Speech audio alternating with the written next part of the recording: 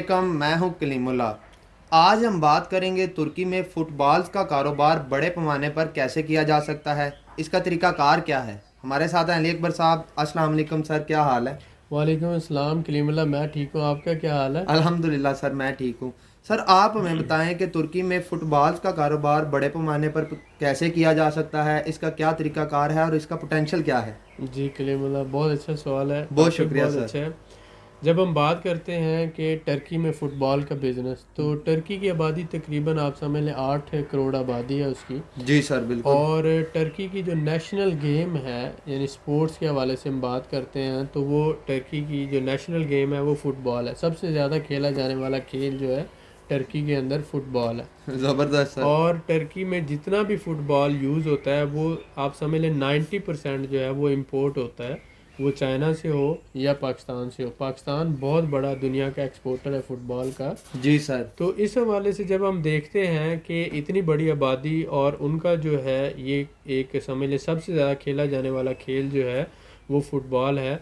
तो हमारे लिए ये एक बहुत बड़ी मार्केट है पाकिस्तान के लिए। और पाकिस्तान क्योंकि दुनिया का नंबर 1 एक्सपोर्टर कंट्री है, जो फ़ुटबॉल पूरी दुनिया को एक्सपोर्ट करता है। और पूरी दुनिया में जितने भी जो बड़े बड़े टूर्नामेंट्स होते हैं, जो बड़े बड़े खेल होते हैं या चैम्पियनशिप्स होती हैं या world cup, FIFA world cup होता है, उसमें पाकिस्तान का फ़ुटबॉल यूज़ होता है। और ये हमारे लिए फ़ख्र की बात है। अब जब हम देखते हैं कि टर्की जो है तकरीबन, आप जब देखते हैं तकरीबन उसकी सालाना एक्सपोर्ट्स जो हैं तकरीबन 202 बिलियन डॉलर्स के करीब उसकी एक्सपोर्ट्स हैं। और इसी तरह से तकरीबन जो है 200 बिलियन डॉलर्स के करीब इंपोर्ट्स भी हैं। तो ये इसकी इकॉनमी को जब हम देखते हैं तो 1200 अरब डॉलर्स की इकॉनमी है टर्की की। और इसमें हमने देखा बहुत बड़ा इसका हुजम है, वॉल्यूम है, और पाकिस्तान की निस्बत 3 गुना बड़ा उसका जो है जीडीपी है। जी सर। पर कैपिटा अगर पाकिस्तान का हम 6,000 लेते हैं तो टर्की का इस वक्त 12 से 14 हज़ार डॉलर पर कैपिटा जा रहा है। यानी पेइंग पावर अच्छी है। और पिछले 10 साल में टर्की ने बहुत ज़्यादा तरक्की की है, जिसमें हम कह सकते हैं कि जीडीपी ग्रोथ पिछले 5 साल में उसकी तकरीबन 66% जो है वो बढ़ी है। और पूरी दुनिया में एक अच्छा ग्रोइंग इकॉनमी के साथ अच्छा मुल्क है। तो जब ऐसा जैसे बंदों के पास कौमों के पास पैसा आता है तो वो अपने ऊपर खर्च करते हैं और अपना जो है स्पोर्ट्स की तरफ रुझान ज़्यादा होता है, रिलैक्स होते हैं। तो इसी तरह से टर्की के अंदर भी पिछले 10 सालों में स्पोर्ट्स की तरफ रुझान ज़्यादा हुआ है।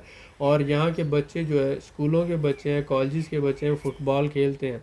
और हर गली मोहल्ले में आपको नज़र आएगा बच्चे जो है वो मैच खेल रहे हैं, स्टेडियम में खेल रहे हैं। तो फुटबॉल यूज़ होता है बड़े पैमाने पर और इम्पोर्ट भी होता है। और हर मार्केट में आपको फ़ुटबॉल आसानी से मिल जाता है।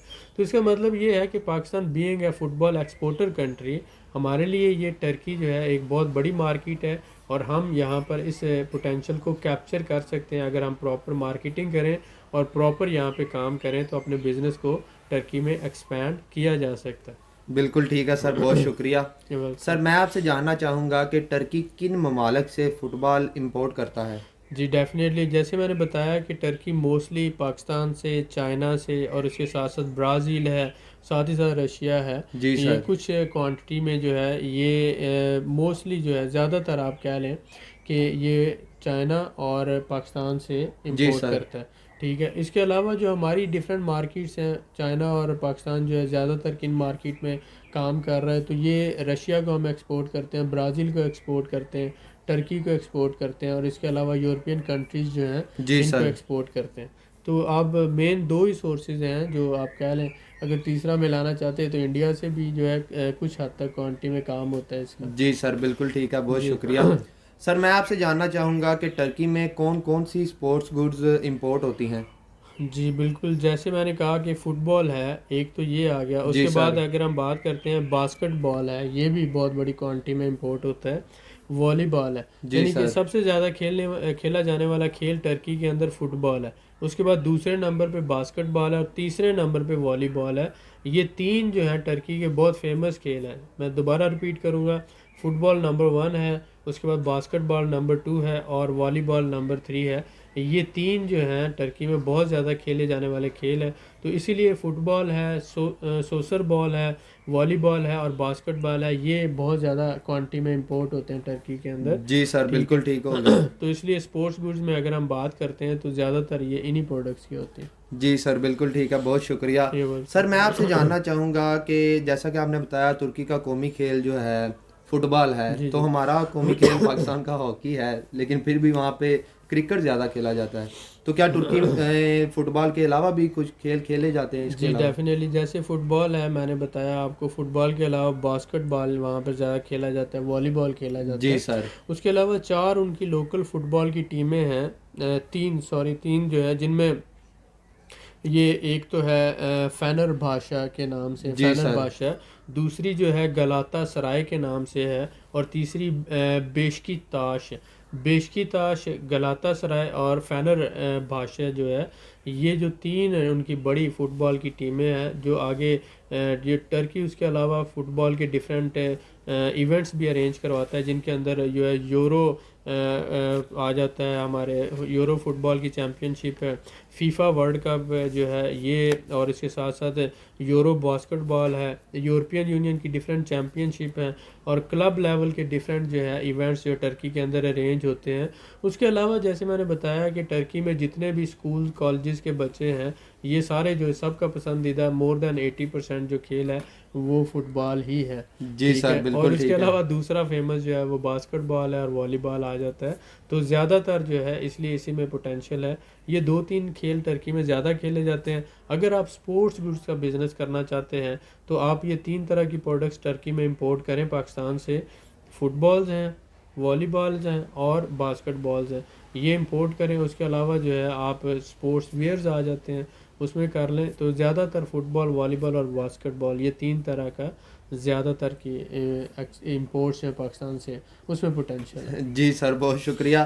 सर जैसा कि अभी आपने जिक्र किया पोटेंशियल के हवाले से कि पाकिस्तान से फुटबॉल और वॉलीबॉल, ठीक है, और बास्केटबॉल जो है इंपोर्ट करके बिज़नेस किया जा सकता है, तो मैं जानना चाहूँगा कि अगर कोई हमारा पाकिस्तानी भाई पाकिस्तान से ये बिज़नेस करना चाहता है तो वो कैसे कर सकता है और उसके लिए क्या पोटेंशियल है? जी, आप ये देखें, बहुत से हमारे पाकिस्तानी भाई जो ऑलरेडी स्पोर्ट्स फील्ड के अंदर, जैसे सियालकोट में स्पोर्ट्स गुड मैन्युफैक्चरिंग होती है बिल्कुल सर।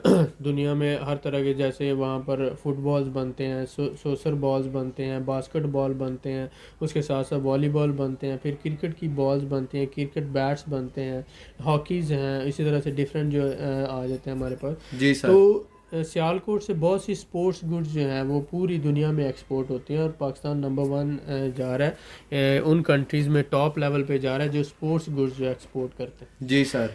तो अगर बहुत से पाकिस्तानी टर्की में इस वक्त मौजूद हैं, बहुत से का इशू है कि उनको जॉब नहीं मिलती, जी तो वो सर, बिल्कुल ऐसा पाकिस्तान ही। से कुछ क्वांटिटी में फुटबॉल्स मंगवा कर, जो पाकिस्तान में डिफरेंट क्वालिटी और डिफरेंट प्राइस के फ़ुटबॉल अवेलेबल हैं, जी सर, सस्ते ऐसा भी ही हैं, है। महंगे भी हैं। तो वो जो है डिफरेंट क्वालिटी के फ़ुटबॉल्स मंगवा कर वो आगे यहाँ पर टर्की में जो है उसकी होलसेल कर सकते हैं। और उसके साथ साथ जैसे वहाँ पर इतवार बाज़ार लगता है, जुमा बाज़ार लगता है, उसके स्टॉल लगाकर ख़ुद उसको रिटेल भी कर सकते हैं। तो बिल्कुल ये सर, एक ऐसा ऐसी ही है। कमोडिटी है जो ख़राब नहीं होने वाली, और जो इन इन लोगों के बच्चे, मसलन मैं अपनी बात करता हूँ कि मेरी फैमिली में जो जो मेरा बेटा है वो भी फ़ुटबॉल खेलता है। जी ठीक सर, है। बिल्कुल तो ऐसे मुझे अब तक तकरीबन 3 दफ़ा मैं जो है फ़ुटबॉल उसके लिए ख़रीद चुका हूँ। ही। जी सर। ठीक है। तो ये एक ऐसी चीज़ है, मतलब जो हर बच्चा जिसको लाइक करता है, पसंद करता है। और आप अगर इस बिज़नेस में इन्वॉल्व होते हैं, रिटेल करते हैं या होलसेल करते हैं, कोई भी बिज़नेस हो, चाहे आप मुर्गी की दुकान डाल लें, चाहे आप गोश्त की दुकान डाल लें, चाहे आप सब्ज़ी फल की दुकान डाल लें, चाहे आप पेंट्स बेचना शुरू कर दें, आप परफ्यूमरी बेचना शुरू कर दें, आप ये जो फुटबॉल्स हैं ये इंपोर्ट करके ये बेचना शुरू कर दें, जी तो सर, मकसद ये होता है कि आप सेल्फ एम्प्लॉयमेंट कर रहे हैं। ठीक है। बिल्कुल आपको ठीक हो किसी गया। से नौकरी मांगना नहीं पड़ती। तो अब क्योंकि एम्प्लॉयमेंट, अब बहुत से लोग जो हैं उनकी नौकरियां छीन रही हैं, बहुत से लोग जब बेरोज़गार हो रहे हैं, ऐसा ही है तो सर। मेरे ख्याल में लोगों को हमारा ये बिज़नेस आइडियाज़ देने का मकसद ये होता है कि आप अपने सराउंडिंग में देखते हैं, आप अपने चारों तरफ देखते हैं कि क्या रिसोर्सेज हैं, और फिर आप उस हिसाब से प्लान करते हैं हो सकता है आपके रिश्तेदारों में, बहन भाइयों में, दोस्तों में ऐसे लोग हों जो फुटबॉल का बिज़नेस कर रहे हो, फुटबॉल मैन्युफैक्चरिंग कर रहे हो, स्पोर्ट्स गुड्स का काम कर रहे हो, तो आप उनकी हेल्प लेकर ये बिज़नेस शुरू कर सकते हैं। तो आप टर्की में उसको इंपोर्ट करके उसकी होलसेल भी कर सकते हैं, रिटेल भी कर सकते हैं। टर्की एक बहुत बड़ी मार्केट है और आप इस्तांबुल के अलावा दूसरे शहरों में भी सप्लाई इसकी कर सकते हैं और एक अच्छा मुनाफा कमा सकते हैं और आपके लिए एक बेटर सर्वाइवल मुमकिन हो सकता है। जी सर, माशाल्लाह आपने बहुत ही कीमती मालूमात से आगाह किया, मैं आपका बड़ा शुक्रगुजार यू हूँ। वेलकम।